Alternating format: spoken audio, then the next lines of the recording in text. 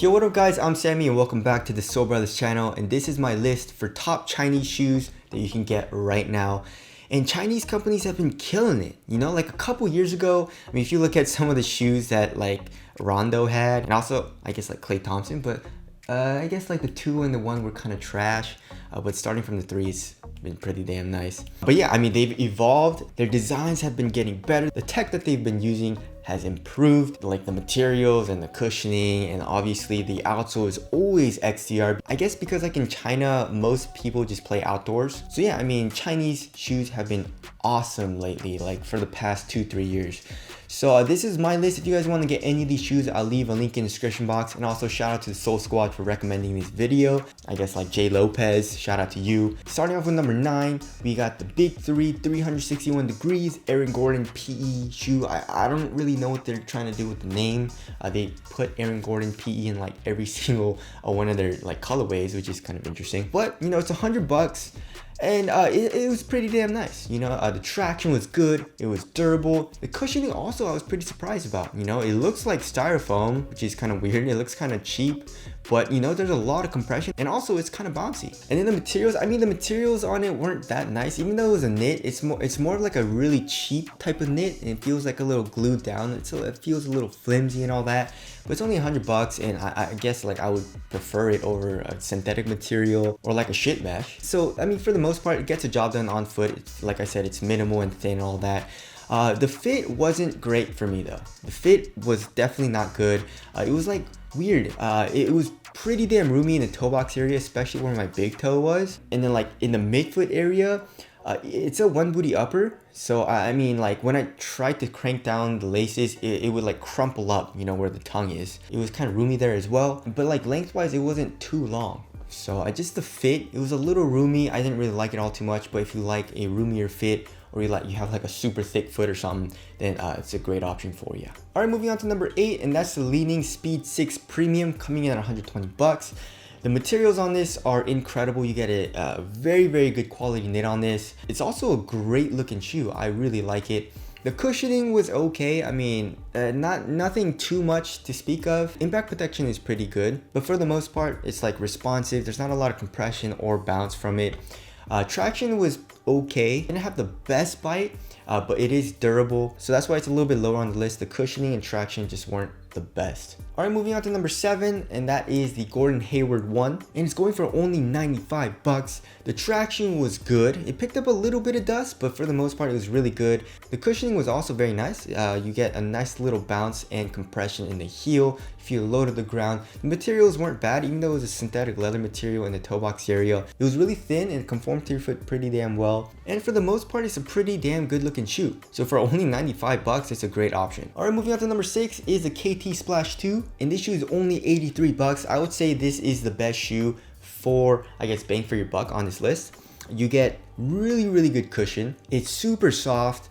You get a lot of compression, you get a little bit of bounce as well. The materials are also a great quality knit. You have like ventilation holes in the toe box area, which ventilation was really good in that shoe. It's a great looking shoe. You have that extra midfoot strap, so you get more support in the midfoot. It's just a great overall shoe. You guys should definitely check it out, especially if you're trying to save money. All right, moving on to number 5, and that is the Wow 8. In China, this shoe is $160, but because of tariffs and like import tax or whatever, in the US, it's like $220, which is insane. So, I mean, obviously, stay away from the shoe if you're trying to save money, but it's a really good performance. The reason why it's a little bit lower on the list though is because it's pretty damn heavy. I mean, that shoe was like 15-16 ounces, so it's definitely a hefty shoe. There's a lot going on in that shoe. The traction is really good, very durable as well. The cushioning is one of my favorites, you know, it's awesome boom cushioning. You feel a good amount of bounce as well as compression right underneath your foot. They did the struggle board right, you know, it feels awesome. The materials are also great. It's made of a Cordura fabric, which makes it also super durable, but it's also really soft and thin on foot, you know, like just in the toe box area. Once you get into the midfoot and also in the heel, gets a little bit like too thick in my opinion, but also the ankle area, like right behind your Achilles, you have a lot of padding, which feels great as well. So this shoe is incredible. It also looks awesome. There's great colorways. Just like I said, if you don't like heavier, kind of bulkier shoes, then stay away from it. But if you don't mind that, then this is a great option. All right, moving on to number 4, we got the Liyue 13 Premium coming in at like 250 bucks. It's insanely expensive, but it's a great performer. It's literally just like the WOW 8, but it has more ankle support. The materials are a little bit thinner, especially like in the ankle and midfoot area, but like the WOW 8, it's using full-length boom, and the cushioning is awesome. It feels pretty similar to the WOW 8. Traction is also super durable and very good, and it's a great looking shoe in my opinion. And they're also coming out with a low, which I do want to try, but it's super expensive, so I will see about that. So like I said with the WOW 8, if you don't like a kind of like heavier shoe, just stay away from the Liyue 13 Premium as well. But if you don't mind that and you like good cushioning, premium materials, and a lot of support, then the Liyue 13 Premium is a great option. All right, number 3 is the KD5 coming in at 130 bucks, but it's on sale right now for like 110 bucks on Famuji. It's an okay looking shoe. It's not my favorite, but it's not bad. It is a little bit thicker than I would like, especially because of that shroud thing that covers the laces and the tongue, but the cushioning is nice. The traction is good and durable, and the material, I mean, despite it being a little bit thicker than I would like, it's premium. You know, it's a nice knit material. It feels comfortable, cozy, and all that, and you get a good amount of ankle support as well. All right, moving on to number 2 is a shoe that I absolutely love, and that is the Li-Ning WOW All City 8. And it's coming in at 130 bucks. It's a little expensive, and the traction was insane. And I'm talking about indoor courts.